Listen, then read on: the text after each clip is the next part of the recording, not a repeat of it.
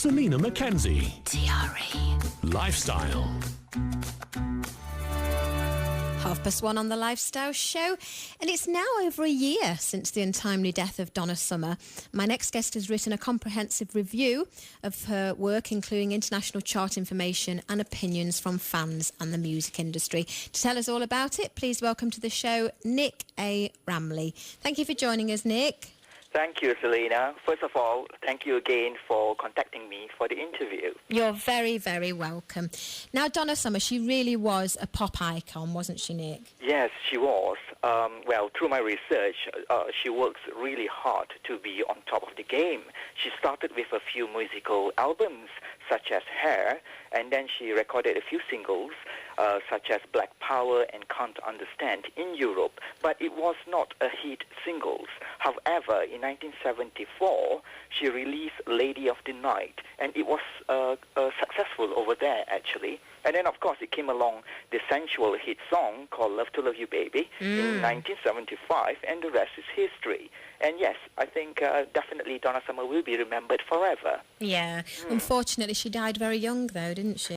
It was very sad for all of us. I mean, the most important people we need to think about are her families.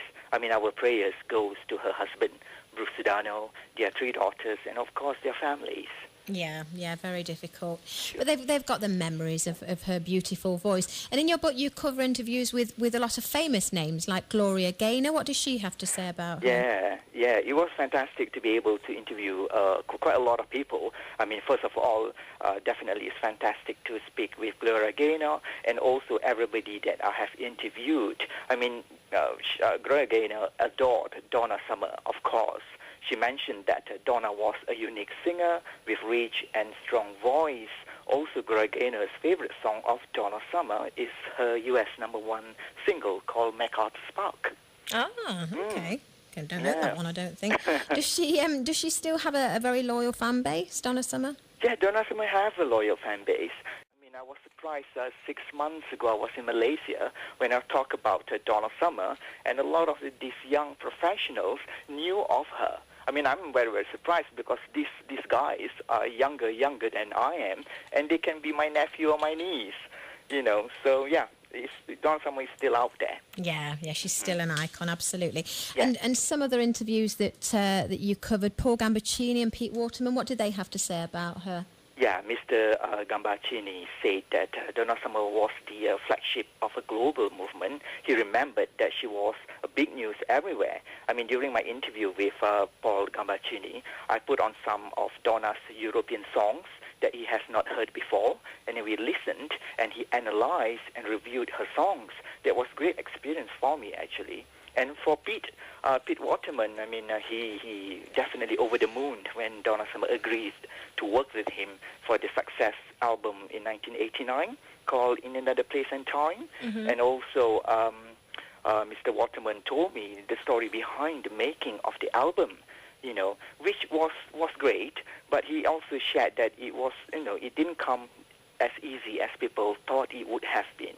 You know, it was very interesting indeed. The rest is, again, history. You know, it was a huge success for Donna Summer. You know, all the stories are in the book. So, yeah, get the book. Yeah, get the book, exactly. Get the book. And in the foreword in the book, it's done by Bruce Roberts, who created the hit. I was talking to my colleague about this, actually, earlier. Okay. No More Tears, Enough is Enough. Mm-hmm. So he wrote the foreword in your book. Yes, he did. And also, he's a friend of Donna Summer. You know, both of them continued to work from 1979 Bad Girls album until the 2010 single called Through Paris with Love. I mean, my correspondence with Mr. Roberts was actually in 2011. I mean, I emailed him saying that I love your music that Donna Summer recorded, and would you like to write a foreword as a surprise for Donna? You know, and then he said yes.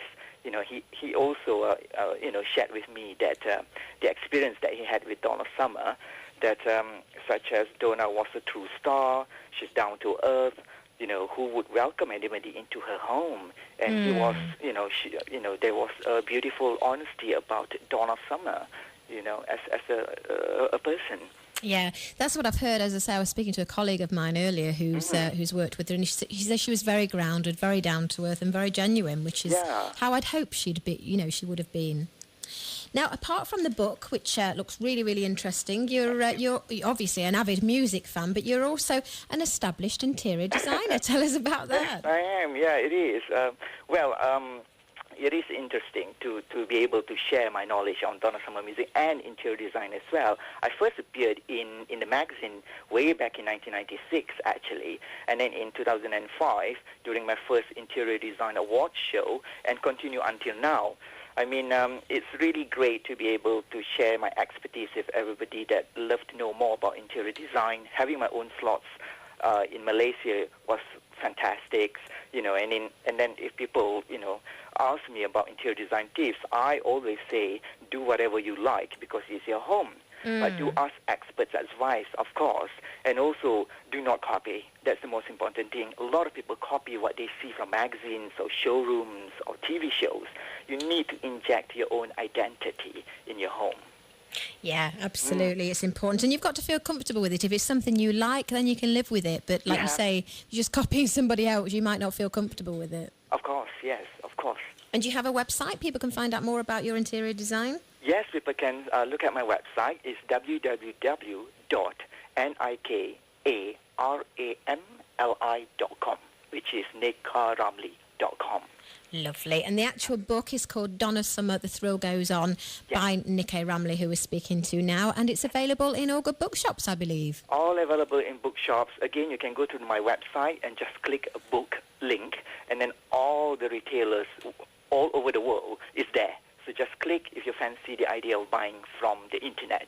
Yeah. Okay, excellent. Well, we'll play out with a Donna Summer hit, one that I really like, Dim All the Lights. Thank you so much, Nick, for joining us today. Thank you so much, Take Selena. care. Bye-bye. Bye-bye.